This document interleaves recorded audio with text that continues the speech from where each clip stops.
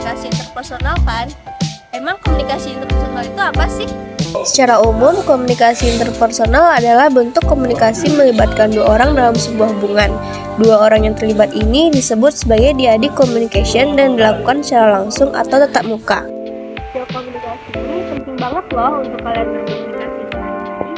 Selanjutnya kan kita penasaran kan apa aja sifat-sifat komunikasi interpersonal? Yang pertama, di dalam komunikasi ini melibatkan perilaku verbal dan nonverbal.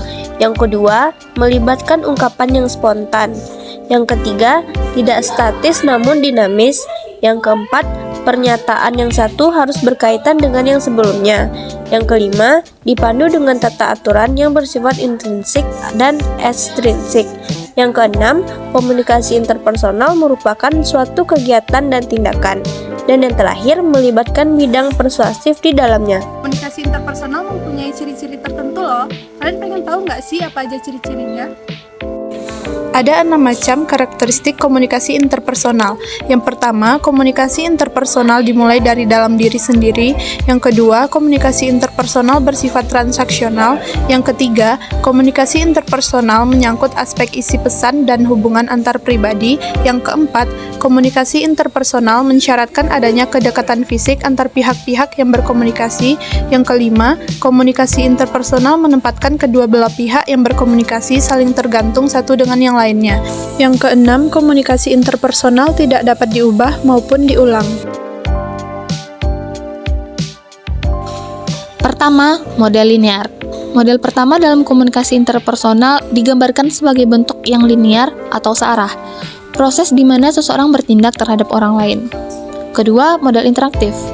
Menggambarkan komunikasi sebagai proses di mana pendengar memberikan umpan balik sebagai bentuk respon terhadap pesan yang disampaikan oleh komunikan. Model interaktif menyadari bahwa komunikator menciptakan dan menerjemahkan pesan dalam konteks pribadinya. Semakin banyak pengalaman komunikator dalam berbagai kebudayaan, akan semakin baik pemahamannya terhadap orang lain. Model terakhir yaitu model transaksional, menekankan pada pola komunikasi yang dinamis dan berbagai pesan yang dijalankan seseorang selama proses interaksi.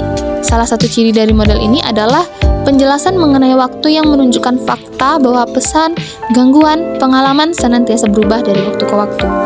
Model ini menganggap bahwa gangguan muncul di seluruh proses komunikasi interpersonal. Pengalaman dari setiap komunikator dan pengalaman yang dibagikan dalam proses komunikasi berubah setiap waktu.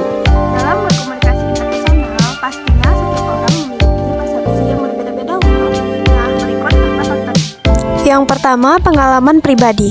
Pengalaman masa lalu individu bisa mempengaruhi persepsi mereka terhadap individu lain. Pengalaman positif maupun negatif dengan individu lain atau situasi tertentu bisa mempengaruhi caranya dalam memaknai pesan yang diterima. Yang kedua, pengetahuan. Pengetahuan yang dimiliki individu tentang topik atau orang tertentu bisa mempengaruhi caranya dalam memaknai pesan yang diterima. Yang ketiga, kepribadian.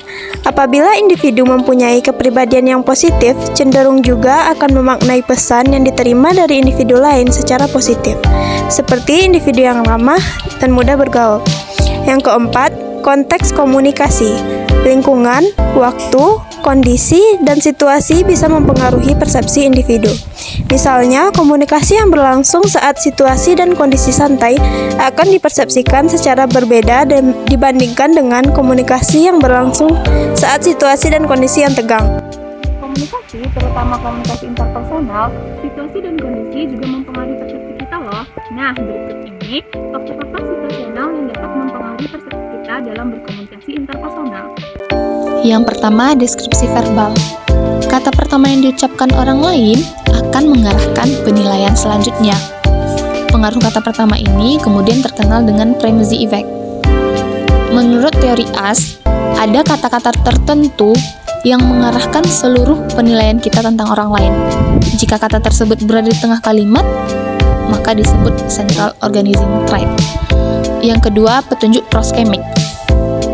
Proskemik adalah studi tentang penggunaan jarak dalam menyamai pesan. Jarak yang dibuat individu dalam hubungannya dengan orang lain menunjukkan tingkat keakraban di antara mereka. Yang ketiga, petunjuk kinestik. Persepsi yang didasarkan pada gerakan orang lain yang ditujukan kepada kita. Yang keempat, petunjuk wajah. Wajah sudah lama menjadi sumber informasi dalam komunikasi interpersonal. Inilah alat yang paling penting dalam menyampaikan makna. Dalam beberapa detik, ungkapan wajah dapat menggerakkan kita ke puncak keputusan. Kita menelaah wajah sahabat dan rekan kita untuk perubahan-perubahan halus dan nuansa makna, dan mereka pada gilirannya menelaah kita. Yang kelima, petunjuk paralinguistik. Mencerminkan bagaimana mengungkapkan kata-kata atau kalimat, meliputi tinggi rendahnya suara, tempo bicara, verbal atau dialek, dan interaksi.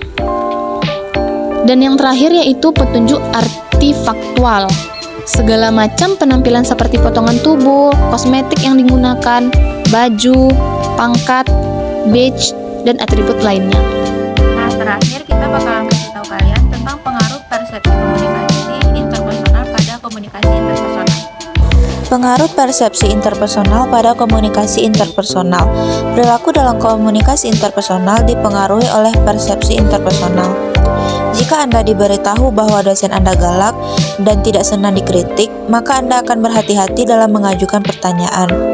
Persepsi orang seringkali tidak cermat. Apabila kedua belah pihak menanggapi secara tidak cermat, maka terjadilah kegagalan. Kegagalan dalam komunikasi ini dapat diperbaiki bila orang menyadari bahwa persepsinya mungkin salah. Komunikasi interpersonal akan menjadi lebih baik bila kita mengetahui bahwa persepsi kita bersifat subjektif dan cenderung keliru.